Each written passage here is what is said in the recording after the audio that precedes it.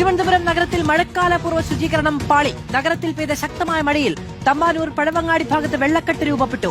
Bakery junction Vatsala nursing home റോഡിലും വെള്ളക്കെട്ട് രൂപപ്പെട്ടു. മഴയെ തുടർന്ന് നഗരത്തിൽ ഗതാഗതം തടസ്സപ്പെട്ടു. ശക്തമായ കാറ്റിലും മഴയിലും വഞ്ചിയൂർ കോടതിക്ക് സമീപം മരം കടപുഴകി വീണു. പഴവങ്ങാടി ക്ഷേത്രത്തിന് മുന്നിലുള്ള സ്ഥലമാണ് നമ്മൾ ഈ കാണുന്നത്. ആ യു-ടേൺ അടക്കമുള്ള സ്ഥലങ്ങളിലെല്ലാം വെള്ളക്കെട്ടാണ്. കൈകൊണ്ട് അവിടുത്തെ കച്ചവടക്കാർ ഈ ഓട വൃത്തിയാക്കുന്ന കാഴ്ച പോലും, അതായത് വെള്ളം ഒഴുകി പോകേണ്ടുന്ന ഇടത്ത് അടിഞ്ഞുകൂടിയ പ്ലാസ്റ്റിക് വസ്തുക്കൾ കൈകൊണ്ട് കച്ചവടക്കാർ നീക്കം ചെയ്യുന്നത് പോലും കാണാമായിരുന്നു. നഗരസഭയ്ക്ക് എന്താണ് പണി? മാധു, മുൻകാലങ്ങളെ അപേക്ഷിച്ച് വളരെ ഒരു പൂർണ്ണമായിട്ടും ഈ മഴക്കാല പൂർവ്വ ശുചീകരണം അവതാളത്തിലായി എന്ന് തന്നെ നമുക്ക് പറയാം. അങ്ങനെ ഞെട്ടിപ്പിക്കുന്ന കാഴ്ചകളാണ് ഇന്നിപ്പോൾ ഈ പഴവങ്ങാടി ഭാഗത്ത് കണ്ടത്. കാരണം ഇവിടെ ക്ഷേത്രത്തിന് മുന്നിൽ തന്നെ ധാരാളം കച്ചവടക്കാരുണ്ട്. ആ കച്ചവടക്കാർ നമ്മളിവിടെ വന്നപ്പോൾ കണ്ട കാഴ്ച, അവർ പുറത്തിറങ്ങി ഈ ഡ്രെയിനേജുകളൊക്കെ വൃത്തിയാക്കുന്ന ഒരു അവസ്ഥയിലേക്ക് കാര്യങ്ങൾ മാറിയിരിക്കുകയാണ്. കൃത്യം ഒരു മാസത്തിന് മുൻപാണ് കോർപ്പറേഷൻ ഈ മഴക്കാല പൂർവ്വ ശുചീകരണവുമായി ബന്ധപ്പെട്ട് ഉദ്ഘാടനം നടത്തിയത്. പക്ഷേ നാളിതുവരെയുമായിട്ടും അതിന്റെ മുന്നോട്ടുള്ള നടപടികൾ പുരോഗമിച്ചില്ല എന്നുള്ളതാണ് നമുക്ക് ഇതിൽ നിന്നും മനസ്സിലാക്കാൻ സാധിക്കുന്നത്. ഇവിടെ വാഹനങ്ങളൊക്കെ പാർക്ക് ചെയ്ത് വെച്ചിട്ട് പോയ പലരുടെയും വാഹനങ്ങൾ പോലും ഇപ്പോൾ ഇരുചക്ര വാഹനമൊക്കെ എടുക്കാൻ പറ്റാത്തൊരവസ്ഥയിലായി.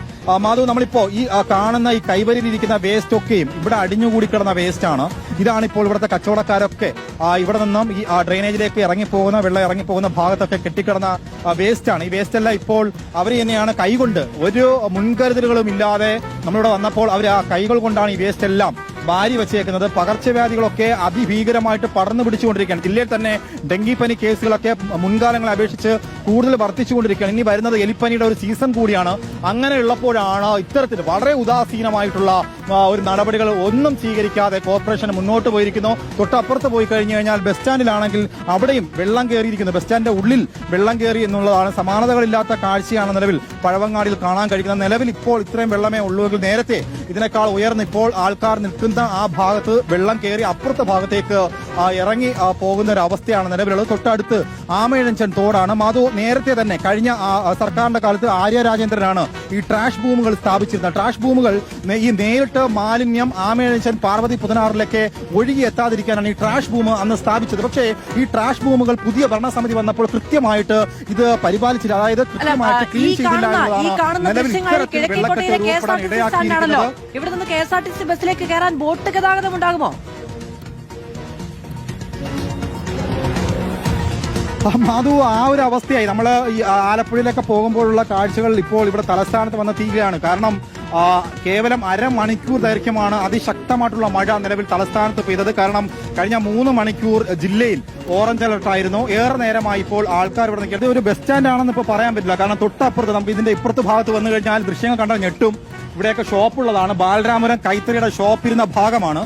ഈ കൈത്തറി ഷോപ്പിന്റെ മുൻവശത്ത്, അതായത് ബസ് സ്റ്റാൻഡ് കഴിഞ്ഞ് അപ്പുറത്തെ കച്ചവടക്കാർ സ്ഥിരമായി കച്ചവടം ചെയ്യുന്ന ഭാഗത്താണ് ഇത്രയും വെള്ളക്കെട്ട് രൂപപ്പെട്ടിരിക്കുന്നത്. ഈ വെള്ളം എങ്ങനെ ഇറങ്ങിപ്പോകുമെന്നാണ് അറിയാൻ കഴിയാത്തത്. കാരണം നേരത്തെ അപ്പുറത്തെ സൈഡ് പഴവങ്ങാടി ക്ഷേത്രത്തിന് മുൻവശത്തിരുന്ന കച്ചവടക്കാരാണ് അവിടെ ക്ലീനിങ് ചെയ്തെങ്കിൽ ഇവിടെ ഇപ്പോൾ ക്ലീനിങ് ചെയ്യാൻ നഗരസഭ അധികൃതർ പോലും വന്നിട്ടില്ല എന്നുള്ളതാണ്. ചേട്ടാ, ഇപ്പോൾ കച്ചവടം പൂട്ടിപ്പോയ ഒരു അവസ്ഥയാണല്ലേ?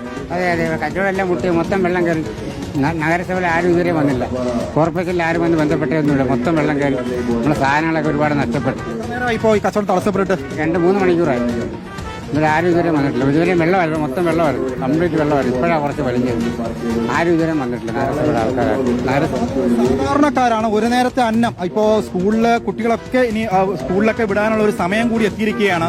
അവർക്കൊക്കെ വേണ്ടിയിട്ട് സാധാരണക്കാരാണ് ഇവിടെ കച്ചവടം ചെയ്യുന്നത്. അവരുടെ ദൈനംദിനമുള്ള ഒരു ചെലവ് ഇതിൽ നിന്നൊക്കെയാണ് കിട്ടുന്നത്. പക്ഷേ ഇപ്പോൾ അത് വഴിമുട്ടിയ ഒരു കാഴ്ചയാണ് നമ്മളിപ്പോൾ കാണുന്നത്. കാരണം ഏറെ മരവിച്ച ഒരു കാഴ്ചയാണ്. ഇവിടെ ചവിട്ടി നിൽക്കുമ്പോഴുള്ള തണുപ്പിനേക്കാൾ അവരുടെ മനസ്സ് എത്രമാത്രം നീറുന്നുണ്ടെന്ന് നമുക്ക് പറഞ്ഞറിയിക്കാൻ കഴിയില്ല. കാരണം ഇതൊക്കെ കാലങ്ങളായിട്ട് ഇവിടെ ഈ ബസ് സ്റ്റാൻഡിന് പുറകുവശത്ത് കച്ചവടം ചെയ്യുന്നതാണ്. ചേട്ടാ, ഇപ്പോ എല്ലാം കൂട്ടി അടച്ചുപൂട്ടുകയാണോ? അടച്ചുപൂട്ടുകയാണ്, നിൽക്കുകയാണ്. നേരത്തെ നിൽക്കുകയാണ്. ജീവിതത്തിൽ ആദ്യമായിട്ട് ഇങ്ങനൊരു സംഭവം ഉണ്ടാവുന്നത്. വേസ്റ്റ് വെള്ളമാണ് ഇങ്ങോട്ട് വരുന്നത്. വേറെ ആൾക്കാർ വന്ന് മൂത്രം അടിക്കുന്ന എല്ലാം കാലുകളൊക്കെ എത്ര നേരം കൊണ്ട് നിൽക്കുന്നത് ഞാൻ വെള്ളത്തിനകത്ത്. പക്ഷേ ഇവിടെ ഒരു ഓട വെട്ടിയിട്ട് അത് പുതിയായിരുന്നെങ്കിൽ നമുക്ക് ആ വെള്ളം അതിനകത്ത് തങ്ങിയല്ല. ഇത് അതും ചെയ്യണില്ല. അത് നമ്മൾ 2-3 ദിവസം മുൻപാണ് ഈ മഴക്കാല പൂർവ്വ ശുചീകരണത്തെ കുറിച്ച് റിപ്പോർട്ട് ചെയ്തത്. കാരണം കഴിഞ്ഞ ദിവസങ്ങളിലൊക്കെ പല ഭാഗങ്ങളിൽ നിന്നും ഓടകളിൽ നിന്നൊക്കെ ഡ്രെയിനേജുകളിൽ നിന്നൊക്കെ മണൽ വാരി ഈ വേസ്റ്റ് വാരിയെങ്കിൽ അത് കരയിൽ വെച്ചിട്ട് പോയ ഒരു കാഴ്ചയാണ് കണ്ടത്. സ്വാഭാവികമായിട്ടും ഇപ്പോൾ ജില്ലയിൽ 2-3 ദിവസമായി തുടർച്ചയായി ഇടവിട്ട് മഴയുണ്ട്. ഈ മഴ പെയ്തപ്പോൾ സ്വാഭാവികമായിട്ടും കരയിലിരുന്ന മണ്ണ് ഈ മാലിന്യമൊക്കെ വീണ്ടും ഡ്രെയിനേജിലേക്ക് ഇറങ്ങിപ്പോയതിന്റെ ഒരു ഫലമാണ് നിലവിൽ നമ്മളിപ്പോൾ ഈ പഴവങ്ങാടി അടക്കമുള്ള ഭാഗങ്ങൾ കാണുന്നത്. നഗരത്തിന്റെ വിവിധ പ്രദേശങ്ങളിലേക്ക് പോകാനായിട്ട് എത്തുന്ന ഇപ്പോൾ കോളേജ്, അതുപോലെ തന്നെ ഓഫീസ്, മറ്റ് കൂലിപ്പണി അടക്കമുള്ള ചെയ്യുന്ന പലരുമാണ് ഇപ്പോൾ എത്തി നിൽക്കുന്നത്.